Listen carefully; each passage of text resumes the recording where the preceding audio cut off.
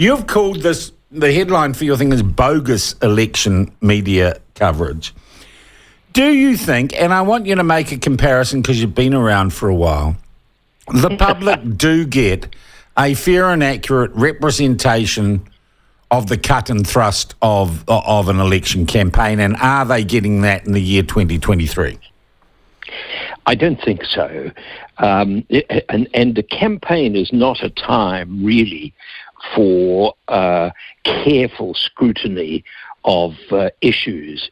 They tend to concentrate in any event on, what he said what and she said something or other else. So a campaign's not a time really when you get great elucidation on issues.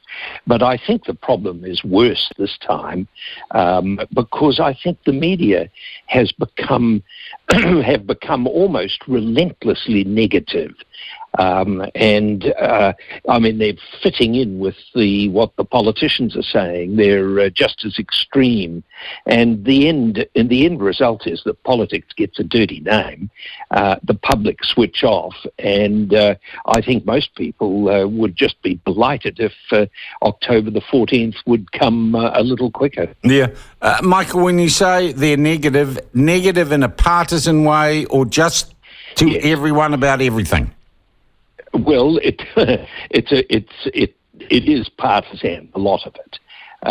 And as soon as one side says, those figures don't add up, the journalists get stuck into whether the figures add up or... well, most journalists wouldn't know, and with the greatest respect, they're not economists. Well, that's right. And it would be much better to analyse the issue. Why has the party concerned, whether it's Labour, National, New Zealand First, why are they actually advocating this or that or the other thing? And what's the background to the issue? And is there another way in which the problem can be tackled instead of getting all involved in little... You are asking for news coverage based on context and experience. Yes, I am. And sort of public good. I am indeed. Oh, come on. What planet are you on, Michael Bassett?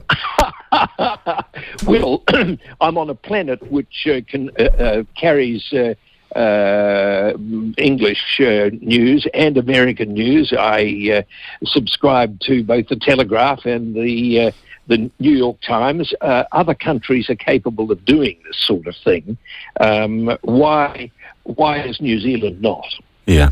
Look, this idea that people are disinterested in the election, and Michael, I've got to say, and I've said it on this program, I believe there is a narrative amongst the centre-left or the left who know they're going to lose this election. And I'm sorry, I can just make that call because we can all read a poll.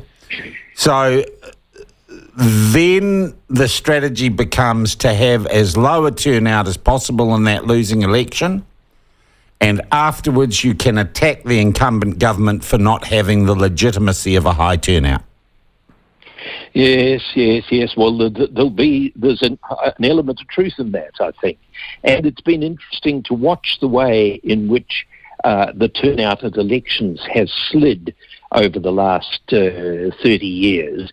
The last 40 years, really. I mean, you've got to remember that in 1984, 95% of the enrolled population went out to vote. These days, it's way down. And I think the fact that it's way down means that,